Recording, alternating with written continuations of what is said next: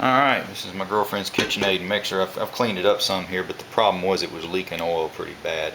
And the problem that causes that is when they put these things together, they put a ton of grease up in the head of this thing, and you only need probably a very small amount. And so 95% of the grease up there isn't even being used, but over time it breaks down and the oil starts to come out of it and it drips down into your food and stuff, which doesn't make it taste very good.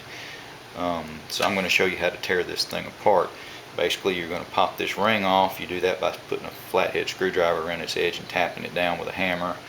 Then you have two screws here, one on each side, that you pop off to get this band off. There'll be all kinds of gunk under this band that you can get out of there.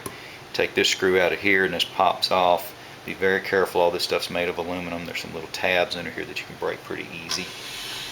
Alright, after you've gotten this off of here, you can rotate this and get it where it's facing you here, and take a hammer and punch this out, this little pin right here, and then you can pull this off. You'll work it around and it'll come off as you spin it. And then there are 5 screws in here, flathead screws, that you can take out. And then there are also 4 screws, 2 here and 2 back here, that you take loose. And by the way, these come loose with time, so when you put it back together you might want to put some Loctite on it. After you've done all of that, be very careful. There's a gasket that runs right along in here when you're tearing it apart. Don't tear that up. But once you've got all that stuff loose, then you just pull it apart. It's sometimes a little difficult to get it apart. You may have to put something in here. Try not to tear up your finish. You may have to pry it just a little bit, very gently. It shouldn't take a whole lot to get it out of there though. Alright, so this is what it looks like down inside the head of this thing once I got most of the grease removed. In my opinion, you just don't really need that much grease. The more grease you have, this is what they had here. It probably looks like, if you add that all together, it's probably a little more than a cup that they used in this thing. And you probably just don't really need that much. You need a good coating on all the gears, but you don't need a huge mound just sitting in there, because the more of that grease you have sitting there over time, it's just going to break down and the oil is going to come out of it, because it's just a food grade grease. It's not super high quality, so it's going to break down with time and seep into the parts, and then you're going to have a mess. So anyway, once you get it apart and you've gouged all that grease out of there with a big screwdriver and cleaned out the other of it with your finger, and then you lay this section here on its side, on its left side. Well, I guess if you're standing in front of it, it'd be on its right side, depending on how you look at it. But you put this gear here down, and there's a huge cavity under there that has a ton of oil that gets stored up in it from where the grease breaks down, and that's what's usually leaking out on you. Then there's a bunch in this piece.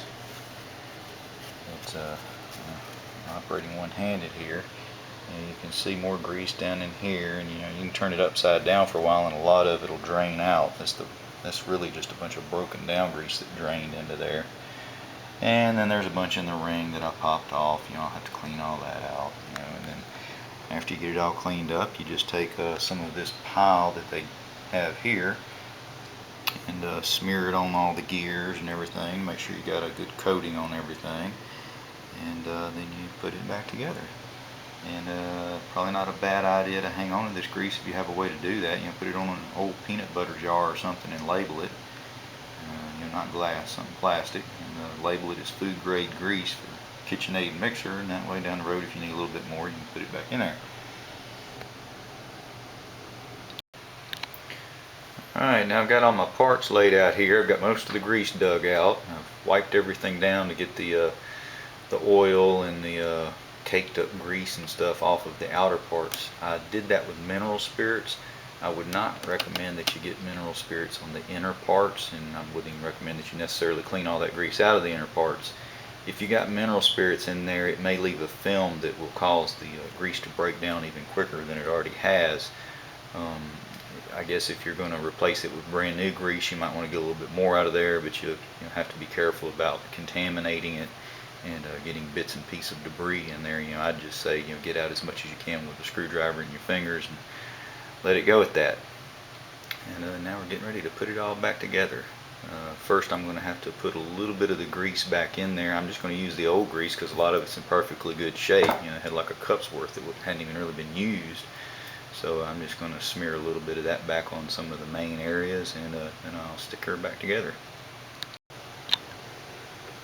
Alright, so we're all lubed up and ready to put it back together. I put a little extra grease right here on the top of this because there's a brass bearing looking thing up in the very top of this head that fits into.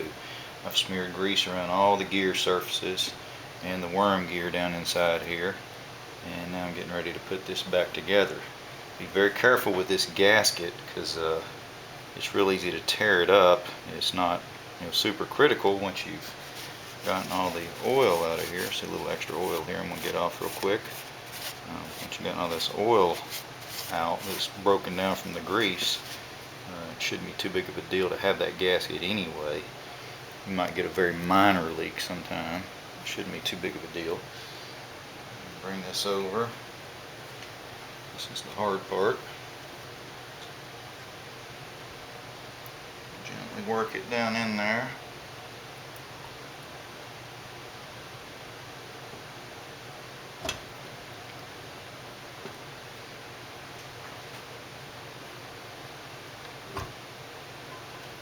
Once you get it all lined up good, should go into place. You may need to turn the shaft a little bit or something to get things to align. Alright, I'm back. Anyway, I had a little bit of trouble getting that to line up. The problem was that the gears weren't all lined up correctly, so I had to pull it back up just a little bit, wiggle the shaft as I let it down, and then it sat down on there real nice and easy. So now that's together. Now we can tip it up and put our screws in. The 4 screws right here that hold the top part to the bottom part. And we can also go ahead and put this rear part back on. Of course, you do have to align all of this and put your little your cord back in place. Be sure you don't pinch any of your wires when you're putting that back together. It's easy to mess up because it's made out of aluminum. Also, be very careful what you wipe this with. These little black letters can come off pretty easy if you use something like lacquer thinner. That's probably going to take them off. I used some mineral spirits and tried to just wipe the inside. Mineral spirits probably wouldn't take them off, but I just don't want to tear them off. My girlfriend would probably be mad at me if I did. Something else I forgot to mention is that when I took this thing apart originally, I noticed that most of the screws were loose in it, so it's probably not a bad idea to use a little bit of Loctite.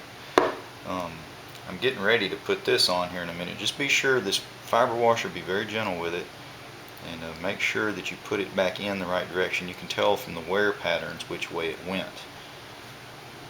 And I still have to put in my 5 screws up in here first. Like I said, don't tighten anything up till you get these 5 and the other 4 in, and then tighten them all up in a diagonal pattern or zigzag pattern so that you don't crack anything.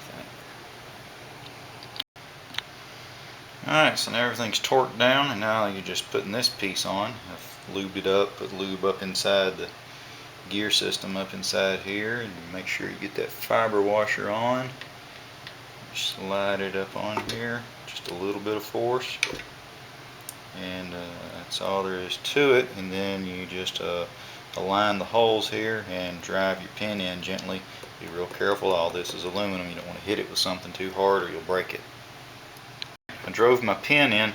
That part's a little hairy. You have to kind of jiggle things around and make sure that you get the pin started. You don't want to just put it in there and assume that it's lined up and start beating on it. And it is kind of difficult to drive it in there. I used a pretty good size hammer and a punch, and it was a little bit more than I thought it was going to be to drive that in there. Then the next thing here is you just put this little cover on, which actually covers up and keeps stuff out of the grease that's up inside here. I thought that was a little strange, but anyway, that's how it is.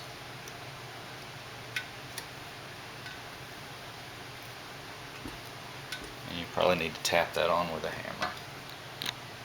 Alright, we're all back together now, and yeah, I just used the handle of my screwdriver up against this and tapped it with the hammer, and it worked it on up there. It's kind of wedge shaped, so it goes on pretty snug.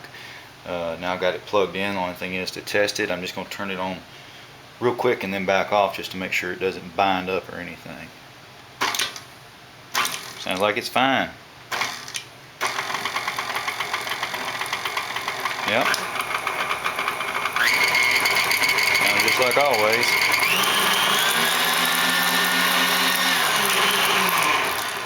All right, we're good.